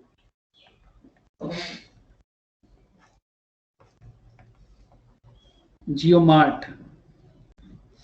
टाटा का भी एक न्यू वेंचर आया sir, Tata click. Tata click, very good sir, Tata click. ठीक है, इस तरह से। अच्छा, टाटा रिसेंटली और एक भी कर रहा है सर, बिग बास्केट पे इन्वेस्ट किया है सर, काफी ज्यादा। टाटा के साथ बिग बास्केट का एक बड़ा हाई फाई डील हुआ है। तो इस तरह से वो क्या कर रहा है, बिजनेस पोर्टफोलियो को रिस्ट्रक्चर कर रहा है। देख पा रहे हो सर आप? This is a corporate level strategy. अपने आप को वर्टिकली इंटीग्रेट करना चाहिए, डाइवर्सिफाइड करना चाहिए, स्ट्रेटेजिक अलायंस करना चाहिए, एक्विजिशन भी करना चाहिए, न्यू वेंचर्स भी होना चाहिए, एंड बिजनेस पोर्टफोलियो को रिस्ट्रक्चर भी करना चाहिए। तो देख आप लोग एक चीज देखो, आप लोगों के दिमाग में ना, मतलब हर एक पॉइंट के लिए एग्जाम्पल्स एकदम घूम रहा है। ये बहुत अच्छा लगा मुझे, बिकॉज आप लोग इतना ज्यादा बिजनेस का बात सुनते शायद आपका दिमाग अभी काम भी कर रहा है। मतलब एक ये अभी एक लाइन नहीं लग रहा होगा, अब ये लाइन पे आपको लाइफ भी लग रहा है। मतलब ये कोई सेंटेंस नहीं है, इसमें जान है, आपको दिख रहा है। क्या मैं सही बोल रहा हूँ sir? Yes sir. Perspective quote देखो, एक जैक वेल्च का एक कोट है, in real life strategy is actually very straightforward. मतलब अपने नॉर्मल लाइफ में स्ट्रेटेजी बहुत स्ट्रेट फॉरवर्ड है। You pick general directions and implement like a hell. मतलब नॉर्मल लाइफ में हम लोग क्या करते हैं, स्ट्रेटेजी क्या है? एक स्ट्रेट फॉरवर्ड, एक्चुअली हम लोग स्ट्रेट फॉरवर्ड एक कॉन्सेप्ट लेते हैं और उसको एक जनरल डायरेक्शंस में चलते हैं जहां सब कोई चल रहा है, और फिर अल्टीमेटली हम क्या करते हैं, अपनी लाइफ को हेल बना देते हैं, सर नरक बना देते हैं। 2005 में एक फेमस इकोनॉमिस्ट और कुछ बनाया भी है जैक वेल्च ने, पढ़ना इसके बारे में। तो हमेशा थोड़ा अलग सोचना चाहिए, स्ट्रेटेजी को इम्प्लीमेंटेशन करना चाहिए ना sir. Designing organisational structure, designing control system, market and output control, मतलब मार्केट में क्या चल रहा है और अपना प्रोडक्शन लेवल में क्या करना चाहिए, प्रोडक्शन और मार्केट के साथ एक बहुत बड़ा संपर्क है ना सर, कि अगर आप आउटपुट ज्यादा निकाल लोगे और मार्केट में उतना डिमांड नहीं है तो फिर आपका प्रोडक्ट क्या हो जाएगा? आपका प्रोडक्शन हाई हो गया और मार्केट डिमांड लो है तो आपको क्या प्रॉब्लम हो जाएगा? स्टॉक बिकेगा नहीं, डेप्थ बढ़ता जाएगा। एग्जैक्टली। EOQ तो आप लोग जानते हो ना कॉस्टिंग में? Yes sir. Material costing, economic order quantity, मतलब Yes, आपका जो मतलब गोडाउन रेंट वगैरह क्या हो जाएगा? स्टोरेज कॉस्ट तो बढ़ बढ़ता जाएगा। जाएगा। एग्जैक्टली। ब्यूरोक्रेटिक कंट्रोल्स मतलब सर मतलब जो बेसिकली जो सरकारी लेवल पे जो कंट्रोलिंग करते हैं सर, इसको हम लोग आमला बोलते हैं। मैनेजमेंट लेवल में मतलब जो कंट्री में जो अगर ब्यूरोक्रेसी चलता है, जैसे मैं अगर आपको बोलूं कि चाइना में रिसेंटली एक चीज बता दूं आपको, ये आपका जैक मा है ना, अलीबाबा ग्रुप का जो ओनर है सर, हाँ। इसका ये लोग एक कंपनी आ रहा है सर, इनका जो अलीबाबा का ही एक होल्डिंग कंपनी है एंड बोल के, ठीक है, IPO आ रहा था चाइना में एंड ग्रुप का। ये IPO वर्ल्ड का सबसे बड़ा IPO आ रहा था एंड का। लेकिन जैक मा ने कुछ चाइना बैंकिंग के बारे में, चाइना का बैंकिंग सेक्टर्स के बारे में कुछ कह दिया,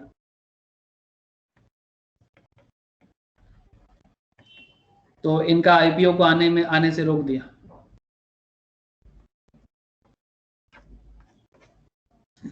समझ रहे हो sir? This is a bureaucratic control.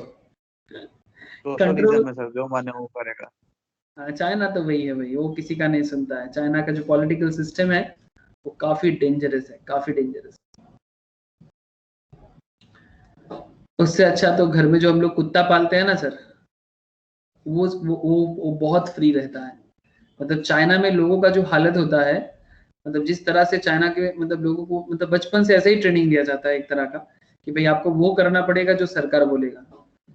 मतलब उसमें वहां पर ना मतलब सांस भी लेना है तो सरकार के परमिशन पे लेना पड़ता है। मतलब if you want to breathe you have to take permissions of peoples liberation party of China. तो कंट्रोल थ्रू ऑर्गन। गवर्नमेंट कैसे फॉर्म होता गवर्नमेंट फॉर्म नहीं होता, वो तो एक ही पार्टी है। है? एक ही पार्टी रूल करता रहता है, अगर कोई नया उठ के आया तो नहीं आने देगा। वहाँ डेमोक्रेसी नहीं है ना? डेमोक्रेसी नहीं है चाइना में। डेमोक्रेसी का तो नाम ही मतलब सर, डेमोक्रेसी क्या है ये चाइना जानता ही नहीं है।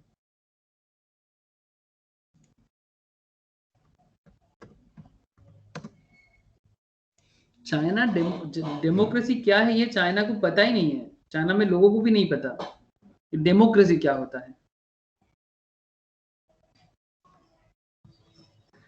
हर एक चीज देखो, 73.6% लोग नो रिलीजियन, कोई रिलीजियन ही नहीं है इनका। मतलब ये भगवान या फिर किसी पे कोई भरोसा ही नहीं करता, इसलिए तो मारकूटा करता रहता है।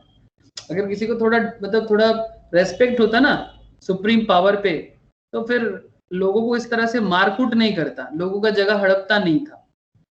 बुद्धिज्म 15% का, पहले बुद्धिज्म बहुत था, आप देख सकते हो, लेकिन ये लोगों को ना बुद्धिज्म से हटा रहा है। बुद्धिज्म से हटा के ज्यादातर लोगों को नो रिलीजियस पे ट्रांसफर कर रहा है। क्रिश्चियनिटी भी है, इस्लाम भी है। गवर्नमेंट आप देख सकते हो यहाँ पर, ये देखो, unitary Marxist Leninist one party socialist republic, देख पाए सर? ये देखो sir, government unitary Marxist Leninist one party socialist republic. Xi Jinping currently है, प्रीमियर है Li Qiang, Congress chairman, conference chairman. मतलब ये बोर्ड बदलता है बट पार्टी नहीं बदलता। समझ में आ रहा है सर?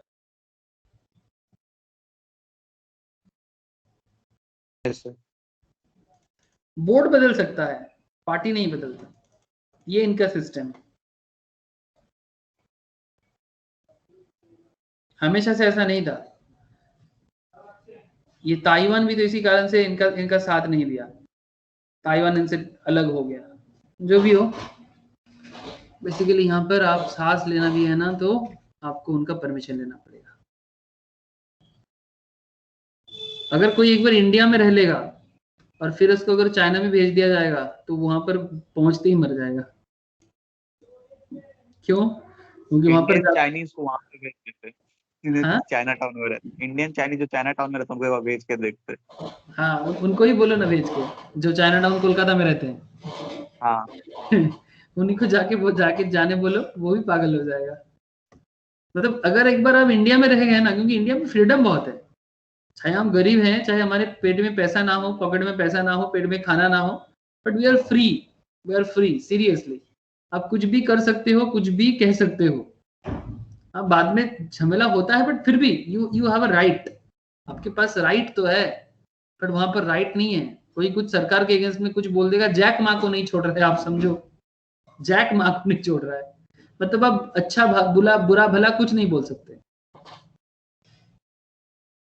आपको मार्केट में खबर तक नहीं आएगा चाइना में क्या चल रहा है। मतलब वहां पर आपको जिंदा भी गाड़ देगा तो कोई बोलता नहीं है कुछ भी, चुपचाप देखता है, इतना डर के मारे। मतलब हमेशा ना आपको डरा के रखेगा, जैसे आपके मतलब ऑलवेज बोलते हैं ना, गन साइड में रख के, हमेशा कान के नीचे से बंदूक लगा हुआ है।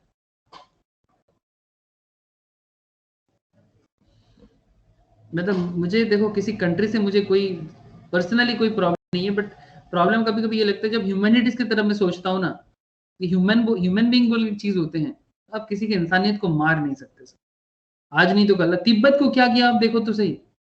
तिब्बत के साथ क्या कोई अच्छा बात किया? जबरदस्ती एक इतना बड़ा एक स्टेट को, एक कंट्री को अब छीन लिए। और सबसे बड़ा चीज तिब्बत के साथ सबसे बड़ा खराब क्या किया, कि तिब्बत का, जिनका तिब्बत है वही तिब्बत में नहीं है। किसका है Tibet sir?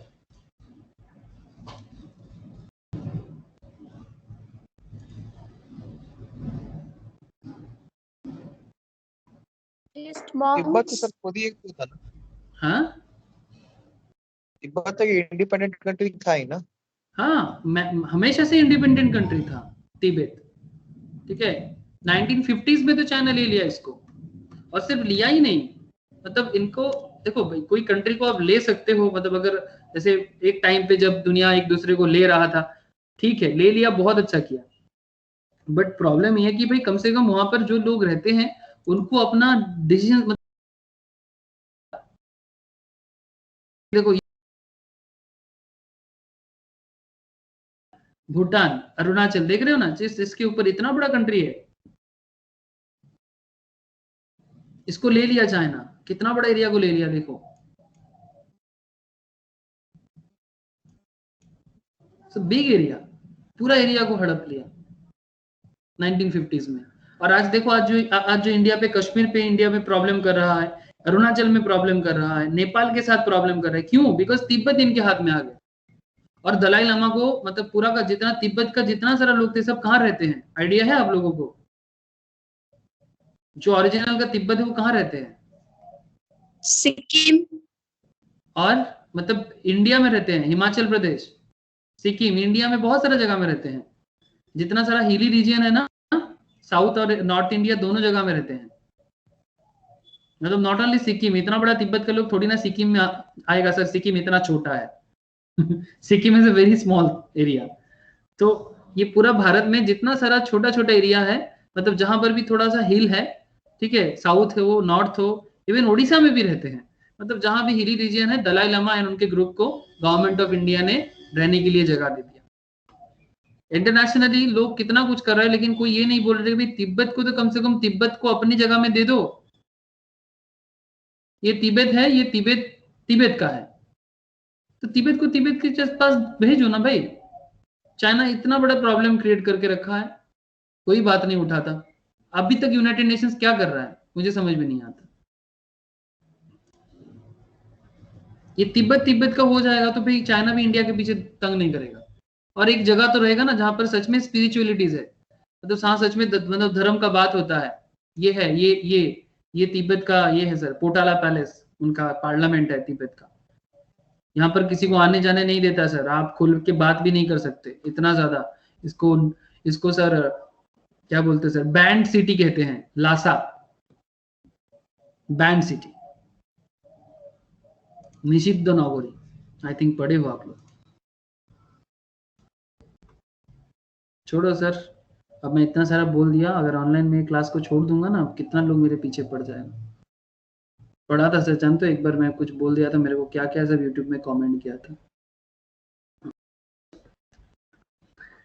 Matching strategy, structure, control, congruence मतलब फिट अमंग स्ट्रेटेजी, मतलब आपको कुछ ऐसा लेना चाहिए जो फिट हो जाए, स्ट्रक्चर एंड कंट्रोलिंग भी आपका रहना चाहिए। Managing strategic change, the only constant is change, please try to understand. मतलब दुनिया में एकमात्र कांस्टेंट क्या है ना, चेंज है। अगर आप श्री कृष्ण का गीता का सबसे फेमस बानी है, जानते हो, श्री कृष्ण भगवान का सबसे फेमस लाइन है, क्या जानते हो, कि परिवर्तन ही संसार का नियम है।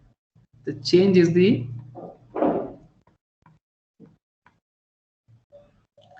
Rule of the world.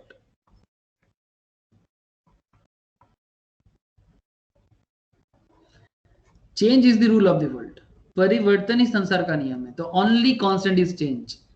तो आपको अगर कांस्टेंट रहना है तो आपको बदलना होगा। सर अगर ऑर्गेनाइजेशन पॉइंट ऑफ व्यू में देखो तो बिग बाजार का हालत तो देखो, रिलायंस कम्युनिकेशंस का हालत तो देखो, किंगफिशर एयरलाइंस का हालत तो देखो, तो समझ में आ रहा है, जो अपने को बदलेगा नहीं वो कांस्टेंट नहीं रह पाएगा। समझ में आ रहा है? The only constant is change. Is Yes, this sir. point clear? Success requires adapting strategy and structure to a changing world. अगर आपको सक्सेस करना है तो आपको ऐसा स्ट्रेटेजी लेना चाहिए जो चेंजिंग वर्ल्ड के साथ कनेक्टेड करता है। General managers responsible for the overall of strategic performance and health of the total organizations. And operational managers का काम होता है responsible for specific business functions और operations. ये देखो बहुत इंटरेस्टिंग और बहुत इंपॉर्टेंट एरिया है एसएम पे। कॉर्पोरेट लेवल में सीईओ होता है, बोर्ड ऑफ डायरेक्टर्स होते हैं, कॉर्पोरेट स्टाफ होते हैं, इसमें हेड ऑफिस है। बिजनेस लेवल पे division A, division B, division C में बिजनेस लेवल में डिविजनल मैनेजर्स होते हैं। एंड फंक्शनल लेवल पे फंक्शनल मैनेजर्स, जिसमें बिजनेस फंक्शंस इसका मतलब डिविजन का ए का बिजनेस फंक्शंस, ये डिवीजन बी का बिजनेस फंक्शन, ये डिवीजन सी का बिजनेस फंक्शन संभालते हैं। फिर उसके बाद यहाँ पर ए मार्केट को संभालने के लिए ये वाला, बी मार्केट को संभालने के लिए एंड सी मार्केट को संभालने के लिए। तो that is a strategic management for all levels. आपको इस तरह से बिजनेस को ग्रो करना चाहिए, corporate level, business level, functional level. I think एकदम क्लियर है सर। स्ट्रेटेजिक लीडरशिप पे विजन होना चाहिए, एलोक्वेंस होना चाहिए, कंसिस्टेंसी होना चाहिए, ठीक है, कमिटमेंट टू द विजन होना चाहिए, बीइंग वेल इन्फॉर्म्ड होना चाहिए। किसी भी चीज पे आपको प्रॉपर नॉलेज होना चाहिए ना। अगर आपको किसी चीज पे प्रॉपर इंफॉर्मेशन ना हो, आपको प्रॉपर चीज पे प्रॉपर इंफॉर्मेशन होना चाहिए कि नहीं चाहिए? अगर आप वेल इन्फॉर्म नहीं रहेंगे तो आपको दिक्कत तो होगा। Hello sir. Yes sir.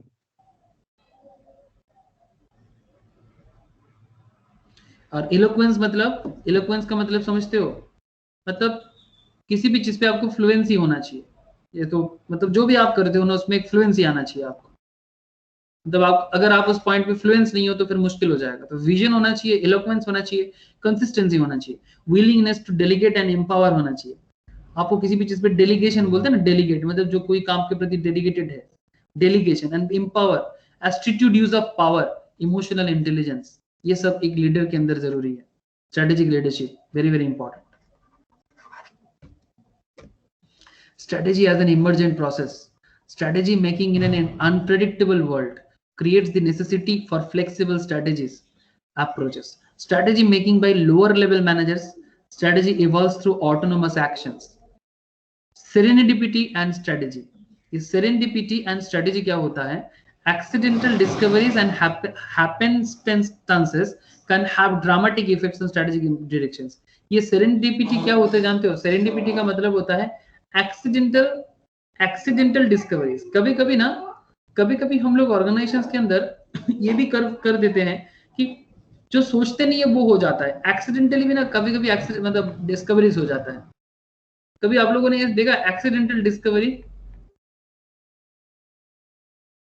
मतलब आपने कुछ सोचा नहीं था बट वो हो गया और वो बहुत अच्छा काम कर गया, मतलब सीरियसली मतलब बहुत बेटर हो गया आपके लिए।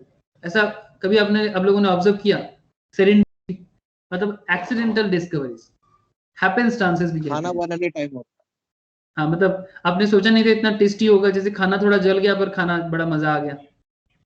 हाँ, या फिर कुछ भी उल्टा सीधा डाल के बनाने पर अच्छा बन जाता है, कुछ अलग ही अच्छा हो जाता है। Accidentally, actually this is called accidental discoveries. ठीक है, तो कभी कभी ये भी इसको कहते हैं स्ट्रेटेजीज एंड इमर्जेंट प्रोसेस, मतलब स्ट्रेटेजी भी कभी कभी बहुत इमर्जेंट हो जाते हैं। इमर्जेंट का मतलब होता है जो न्यू डिस्कवर होता है ना, उसको इमर्जेंट बोलते हैं, न्यू डिस्कवरीज। तो ये सब चीज पे ध्यान देना चाहिए हमेशा ना, अपने आप को ना एक वो क्या बोलते हैं ना, ढीठ बोलते हैं, ढीठ मतलब आप अपने आप को चेंज नहीं करना चाहते, मतलब अपने आप को समय देना चाहिए, और न्यू न्यू चीज जो आता है ना उसको साथ एक ना कुछ समय देना चाहिए। Intended and emergent strategies, realized strategies and combinations of intended and emergent strategies, मतलब ऑर्गेनाइजेशंस के अंदर कुछ ऐसा करना चाहिए ताकि कुछ नया चीज बने। ऑर्गेनाइजेशंस के अंदर ये वाला पैटर्न बहुत जरूरी है, ऐसा स्ट्रेटेजी, मतलब इतना फ्री हैंड देना चाहिए लोगों को ताकि वो फ्रीली सोच सके। फ्री इकोनॉमी जैसे डेवलप करता है ना एक, मतलब इसीलिए ना दुनिया इंडिया को ज्यादा कनेक्शन देता है, मतलब डेवलपमेंट के बारे में जब बात होता है, दुनिया में जो भी लोग इकोनॉमी को समझते हैं, मतलब वो ज्यादातर ना इंडिया को ज्यादा मानते हैं कि इंडिया का ग्रोथ ज्यादा होगा कंपेयर टू चाइना। क्यों जानते हो इंडिया और चाइना में क्या डिफरेंस है?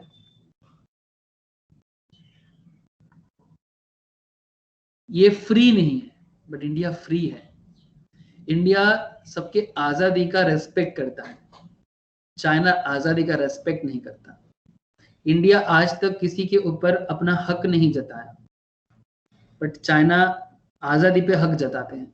अगर किसी पे हक थोड़ा भी जता है ना, ड्यू टू सम ब्रिटिश के कारण अगर कभी कुछ जगह में के साथ कुछ प्रॉब्लम रहा है, लेकिन इंडिया ना उस जगह के साथ हमेशा ना मतलब एक इजीनेस देता है, बट बाद में वो जगह, जैसे कि कश्मीर का बात अगर करें, ये कश्मीर ऑलवेज इंडिया का इंटीग्रल पार्ट है, बट ये पाकिस्तान और इस्लाम मुस्लिम लीग के कारण ये जगह बाद में हमसे छीन गया था।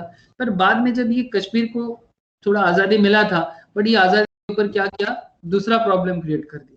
That's a different issues, but आप समझ रहे हो ना, ये एक चाइना और इंडिया में फर्क है कि ये फ्री है, इंडिया में आप फ्रीली रह सकते हो, फ्री में बात कर सकते हो। ये एक अपने कंट्री का मतलब सीरियसली मतलब रेस्पेक्ट देना चाहिए। बाहर जाओगे तो पता चलेगा सर, ऐसे नहीं पता चलेगा। कुछ दिन जाओ बाहर की कंट्रीज में रह के आओ, आपको समझ में आएगा कि इंडिया क्या है। Okay, intended and emergent strategies. Intended strategy, deliberate strategy, deliberate मतलब जो आपको बिजनेस के ग्रोथ के लिए करना पड़ता है। रियलाइज स्ट्रेटजी मतलब जो आप रियलाइज करते हो जरूरत के हिसाब से, फिर ऑटोमेटिकली आपका इमरजेंट भी हो जाता है, मतलब इमरजेंट स्ट्रेटजी भी कभी कभी रियलाइज्ड हो जाते हैं, और ये हो जाता है आपका अनरियलाइज स्ट्रेटजी, मतलब आप रियलाइज कर नहीं पाते, बट वो इंटेंडेड हो जाते हैं, इंटेंडेड से वो अनरियलाइज्ड हो जाते हैं, फिर वो डिलिबरेटली करना पड़ता है, फिर वही चीज रियलाइज भी हो जाती है, इमरजेंट चीज भी रियलाइज हो जाते हैं। मतलब एक ओवरऑल कॉन्सेप्ट, मतलब धीरे धीरे आपका स्ट्रेटजी में चेंजेस लाता है। ये एक मेंस बाग का एक फेमस इमरजेंट स्ट्रेटजी का कॉन्सेप्ट है, जिसमें वो 5 पीस का बारे में बताया। 5 पीस, इसमें क्या क्या है, प्लान, प्लॉय, प्लॉय मतलब यूज करना, डिप्लॉय होता है ना sir, ploy, plan, ploy, pattern, positive perspective, ये 5 पीस होता है स्ट्रेटजीज का। बेंच का फेमस, ये फेमस एक मैनेजमेंट स्ट्रेटेजिक मैनेजमेंट गुरु है सर, बहुत फेमस क्वेश्चन है ये भी मेंस का। Plan, ploy, pattern, position, perspective, याद रखिएगा कि किसी भी बिजनेस पे हमेशा प्लान होना चाहिए, फिर प्लान को डिप्लॉय करना चाहिए, फिर एक पैटर्न फॉर्म करना चाहिए, फिर उस पर पोजीशंस लेना चाहिए, एंड फिर आपको पर्सपेक्टिव के अनुसार काम करना चाहिए। The strategic management process for intended and emergent strategies, मैंने आपको अभी बता रहा था, लेकिन वही इंटेंडेड एंड इमरजेंट में फर्क देखो। इंटेंडेड स्ट्रेटेजी में क्या होता है, आपका एक मिशन एंड गोल्स होता है, external analysis, strategic choice, internal analysis, फिर ये चीज पे डिपेंड करके आपका इंटरनल स्ट्रेटेजी बनता है, फिर ऑर्गेनाइजेशन उसको इंप्लीमेंट करता है। और इमरजेंट में क्या होता है, ऑर्गेनाइजेशन का ग्रास रूट रहता है, ग्रास रूट पे डिपेंड करके आपका इमरजेंट स्ट्रेटेजी आता है, फिर वो strategic choice, does it fit, क्या वो जो अचानक से मुझे जो मिला, अचानक से मुझे जो बिजनेस के लिए स्ट्रेटेजी मिला, क्या वो फिट रहेगा, फिर उसके ऊपर इंटरनल एनालिसिस होगा, मिशन एंड गोल को देखा जाएगा, फिर एक्सटर्नल अल्टीमेटली इमर्जेंट स्ट्रेटेजी काम करता है। और इंटेंडेड मतलब जो नॉर्मली होता है, intended is very normal focus point, mission and goal क्या है उसके ऊपर डिपेंड करके स्ट्रेटेजी बनाना है। और इमरजेंट क्या है ना, अचानक से आता है और उसको फिर चेक किया जाता है। सर क्या ये इंटेंडेड और इमरजेंट का फर्क समझ में आ रहा है? ज्योति, रोशनी? हाँ sir. Strategic planning in practice, planning under uncertainty, scenario planning for dynamic environmental change, ivory tower planning। हाँ बोलो। स्क्रीन शेयर नहीं हो रहा। स्क्रीन शेयर नहीं हो रहा है?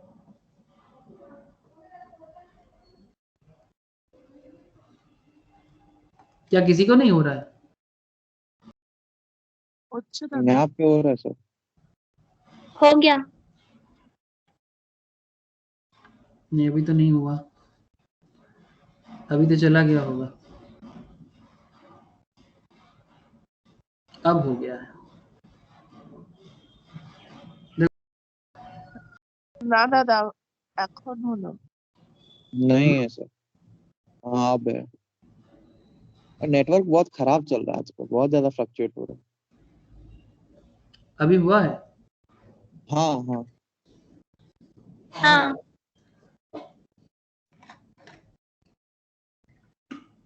হ্যাঁ দাদা।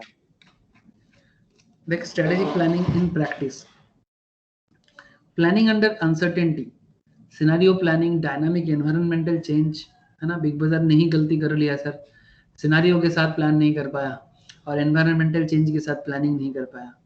Ivory tower planning, lack of contact with operational realities, मतलब जो ऑपरेशनल, जहां पर ऑपरेशनल काम चल रहा है वहां पर अगर आपका कांटेक्ट कम है तो फिर दिक्कत होगा। The importance of involving operating managers, procedural justice in the decision making process, जैसे कि एंगेजमेंट कम है, एक्सप्लेनेशन नहीं देता, एक्सपेक्टेशंस बहुत ज्यादा हो रहा है, ऐसा प्रॉब्लम में आइवरी टावर प्लानिंग कहते हैं इसको। प्लानिंग फॉर द प्रेजेंट, आपको हमेशा प्रेजेंट के लिए प्लानिंग करना चाहिए, जिसको स्ट्रेटेजिक इंटेंट कहते हैं। Recognitions of the static nature of the strategic fit model, and strategic intent is focusing the organizations on winning by achieving stretch goals। ठीक है, आपको हमेशा ऐसे इंटेंट लेना चाहिए। इंटेंट मतलब आप समझते हो ना, क्या सोच रहे हो आप। Is focusing the organisations on winning bye achieving stretch goals, मतलब आपको गोल को स्ट्रेच करना है और विन के लिए लड़ना है। ये नॉर्मली स्ट्रेटेजिक इन प्रैक्टिस देखा जाता है ऐसा। ये डिसीजन को इंप्रूव कैसे करेंगे? Cognitive biases systematically influence the rationality of decision makers. Psychologists have articulated more than 50 cognitive biases, but हम लोग यहाँ पर कुछ ही देखेंगे, जैसे कि prior hypothesis bias, मतलब करने से पहले सोच लेना। Escalating commitment, मतलब जितना आपको कमिट नहीं करना है उससे ज्यादा किसी को कमिट कर देना। Reasoning by analogy, ठीक है, ये एक एनालॉजिकल सिस्टम है जिसमें आप रीजनिंग करते हो, मतलब लॉजिकल रीजनिंग जैसे हम लोग करते हैं ना। रिप्रेजेंटेटिवनेस, ये एक प्रॉब्लम है। और इल्यूशन ऑफ कंट्रोल, मतलब कभी कभी हम लोग जितना जो है नहीं उससे ज्यादा सोच लेते हैं, तो ये सब चीज को आपको इंप्रूव करना चाहिए। प्रायर हाइपोथेसिस बायस से अपने आप को कंट्रोल करना चाहिए। एस्केलेटिंग कमिटमेंट, मतलब एस्केलेशन का मतलब होता है ना सीढ़ी, मतलब जरूरत से ज्यादा कमिट कर देना। जितना कमिट करना चाहिए उतना कमिट करो, जरूरत से ज्यादा कमिट नहीं करना चाहिए। Reasoning bye analogy, representativeness and evolution of control, ठीक है। ये कुछ चीजें अगर कोई ठीक ठाक से कंट्रोल करता है तो उसके लिए डिसीजन मेकिंग और इंप्रूव हो जाएगा। जैसे इल्यूशन ऑफ कंट्रोल में एक बहुत अच्छा पॉइंट है sir, I claim not to have control events. I claim not to have control events, but confess plainly that events have controlled me. कुछ समझ में आया sir? I claim not to have control events. मैं claim कर रहा हूँ कि events not to have controlled events, but confess ये करो plainly that events have controlled me, मतलब जो event घटना घट रहा है वही मुझे कंट्रोल कर रहा है। चाहे हम कुछ भी करें, अल्टीमेटली घटना ही, मतलब जो भी इवेंट्स होता है वही हम लोगों को कंट्रोल करता है, हम लोग इवेंट्स को कंट्रोल नहीं कर पाते। ये बात सही है?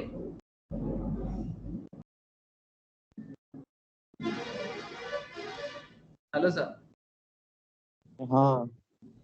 अब्राहम लिंकन का कहना है सर, अमेरिकन प्रेसिडेंट से सर, इन्होंने बेसिकली अमेरिका दुनिया के सामने बनाया था 1809 से 1865, 16th अमेरिकन प्रेसिडेंट, ठीक है। इनके टाइम पे अमेरिका में बहुत अच्छा ग्रोथ आया था, मतलब अभी तक के टाइम पे अब्राहम लिंकन को बेस्ट प्रेसिडेंट माना जाता है यूएस का। ऐसे कल ट्रम्प हार गया सर, हाँ ट्रम्प हार गया, वो एक और जीता है, क्या उसका नाम है? बाइडेन। हाँ वो, और ट्रम्प इलेक्शन के लिए बोल रहा है। हाँ वो बोलेगा हाँ लेकिन नहीं होगा election. Groupthink and strategic decisions.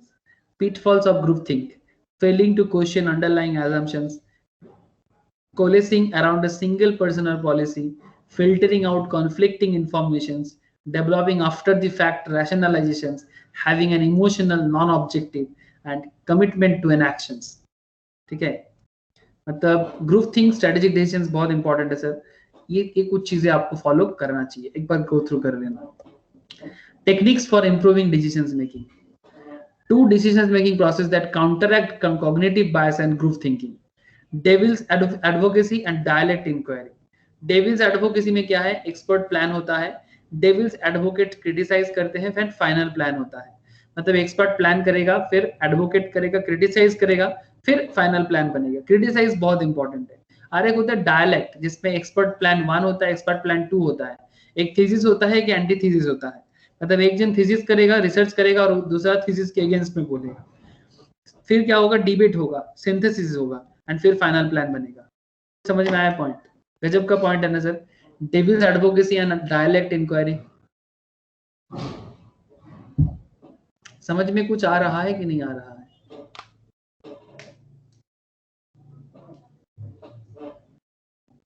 रोशनी समझ में आ रहा है? रोशनी है दादा।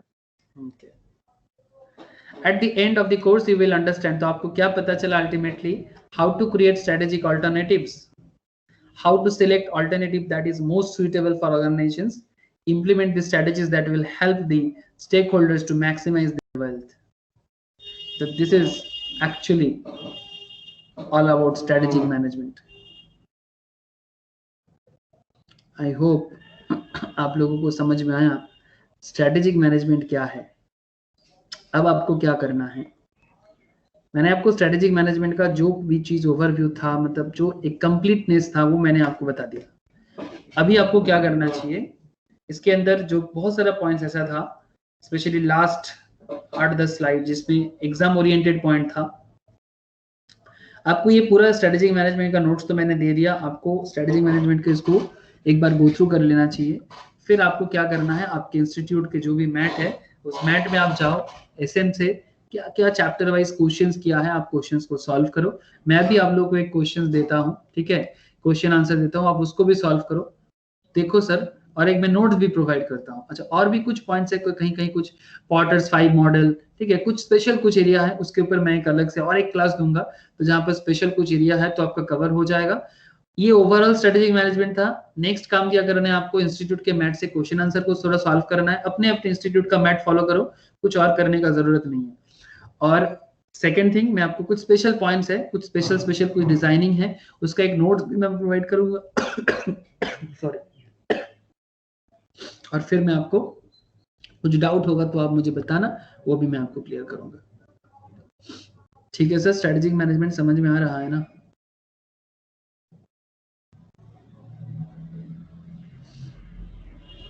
ज्योति, है दादा। रोशनी, शिवम, ओके सर, है दादा। ठीक है, ठीक है, चलो सर, बाय फिर। Bye sir. Bye, tata Rakhi दादा। टाटा।